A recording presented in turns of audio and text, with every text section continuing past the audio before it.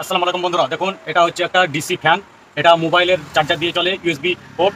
এটা দিয়ে ডিসি ফ্যানের ব্যবহার করা হয়। এই ফ্যানটা দেখুন কত সুন্দর দেখতে, ফোল্ডিং ফ্যান। দেখতে পাচ্ছেন আপনারা কত সুন্দর একটা ফ্যান। এই ফ্যানটাকে আমি চার্জার ফ্যান বানাবো। এটা চার্জার করা নাই, এটাকে আমি মোবাইলের ব্যাটারি দিয়ে একটা চার্জার বানাবো। আমি মোবাইলের চার্জার দিয়ে আমি কানেকশান করছি, দেখুন আপনারা। এই দেখুন কত সুন্দর যদি ঘুরছে। এটা 3.7 ভোল্ট বা 5 ভোল্ট দিয়ে চলে। এটাকে আমি চার্জার বানাবো, আপনাদেরকে দেখাচ্ছি।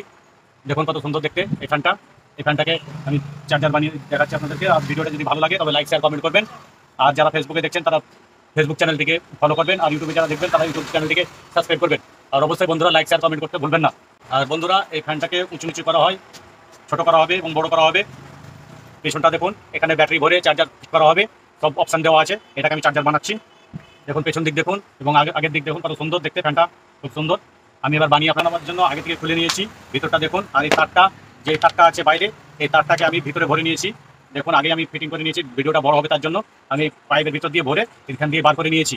দেখতে পাচ্ছেন বন্ধুরা, এটাকে বার করে নিয়ে আমি এবার চার্জার বানার জন্য আমি দুটো ব্যাটারি নিয়েছি, মোবাইল ব্যাটারি। দুটো ব্যাটারি নিয়েছি, একটা সার্কিট নিয়েছি প্রোটেকশনের জন্য, আর একটা সুইচ নিয়েছি, আর চার্জার সকেট, আর এলইডি জ্বালার জন্য যে ইন্ডিকেটার, চার্জিং এলইডি জ্বালার জন্য একটা রেজিস্ট্যান্স, একটা ডায়োড নিয়েছি। এটা দিয়ে আমি চার্জার বানাবো।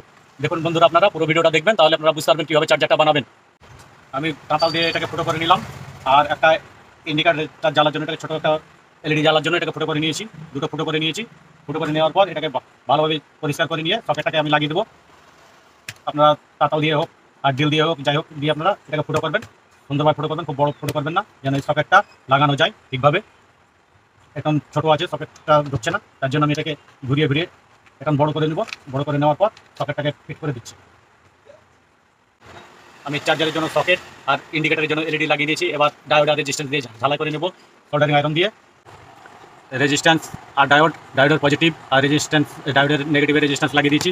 এবার সকেটের সঙ্গে আমি লাগিয়ে দেবো, সকেটের পজিটিভে আমি লাগিয়ে দিচ্ছি। সকেটের পজিটিভে আমি ঝাল করে দিলাম। আর এলইডির পজিটিভের সঙ্গে আমি রেজিস্ট্যান্সটা সোল্ডারিং করে নিচ্ছি,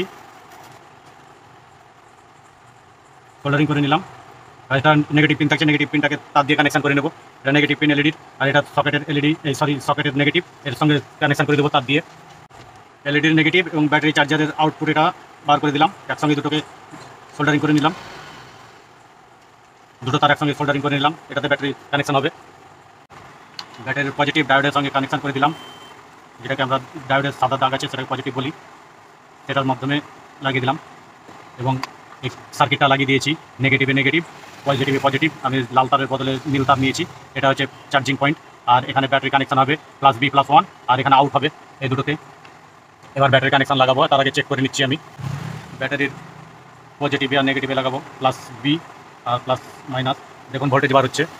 এবার ব্যাটারি কানেকশন করে দেবো। আর এটাতে হচ্ছে আউট,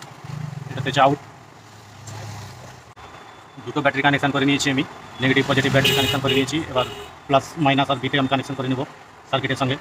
এই সার্কিটটা লাগা থাকলে ব্যাটারিটা প্রোটেকশন ভালো পাবে। ফ্যান চলছে, তার জন্য আয়রনটা হিট কম হচ্ছে এবং ঝালাই করতে অসুবিধা হচ্ছে না। ফ্যানটাকে বন্ধ করলাম।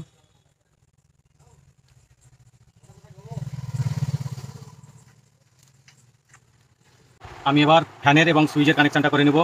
ফ্যানের নেগেটিভটা লাগিয়ে দিয়েছি, ফ্যানের সঙ্গে আমি স্লিপিং ভরে দিলাম পাইপ। এবার সুইচের সঙ্গে কানেকশান করে দিচ্ছি। এটা হচ্ছে সুইচের সঙ্গে কানেকশান করে দেবো, তাহলে আমার চালু হয়ে যাবে। আমি ব্যাটারি কানেকশানটা করে দিলাম সুইচে। এবার করে দেবো ফ্যানেরটা।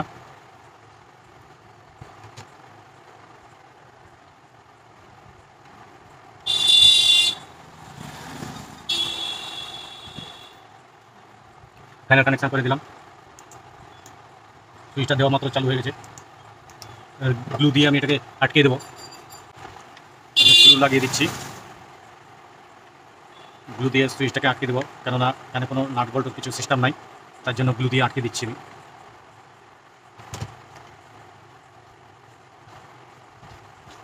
গ্লুটা শুকিয়ে যাবে। বোর্ডটাকে আমি লাগিয়ে দিচ্ছি, বোর্ডটাকে আমি লাগিয়ে দিলাম। আরেকটু লাগিয়ে দিই যেন না কাছে। এবং এলইডির কাছেও লাগিয়ে দিচ্ছি, এটা এলইডিটাও না কাছে।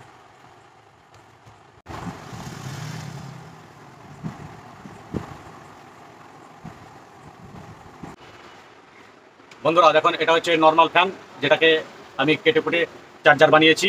এটা ছিল নর্মাল ফ্যান আছে, এই নর্মাল ফ্যানটাকে আমি চার্জার ফ্যান বানিয়েছি। এখন আপনাদেরকে তো বানা দেখালাম কীভাবে বানাবেন। দেখুন কত জোরে ঘুরছে, প্রচণ্ড হাওয়া, স্পিডও ভালো আছে। এইভাবে আমরা চার্জার ফ্যান বানাই। আর আমার ভিডিওটা যদি ভালো লাগে অবশ্যই লাইক শেয়ার কমেন্ট করবেন, এবং ফেসবুকে যারা দেখছেন তারা পেজটিকে ফলো করবেন, আর ইউটিউবে যারা দেখছেন তারা ইউটিউব চ্যানেলটিকে সাবস্ক্রাইব করে দেবেন এবং লাইক শেয়ার কমেন্ট করবেন অবশ্যই। বন্ধুরা, আর কে কোথা থেকে ভিডিওটা দেখছেন অবশ্যই আমাকে কমেন্টে জানাবেন। দেখুন কত সুন্দর একটা ফ্যান বানিয়েছি আমি, চার্জার ফ্যান। এটাকে চার্জার করে, নর্মাল ফ্যানকে চার্জার করে বানিয়েছি। আর আপনারা পুরো ভিডিওটা দেখবেন, দেখলে আপনারা সব শিখতে পারবেন। ধন্যবাদ বন্ধুরা, আসসালামু আলাইকুম।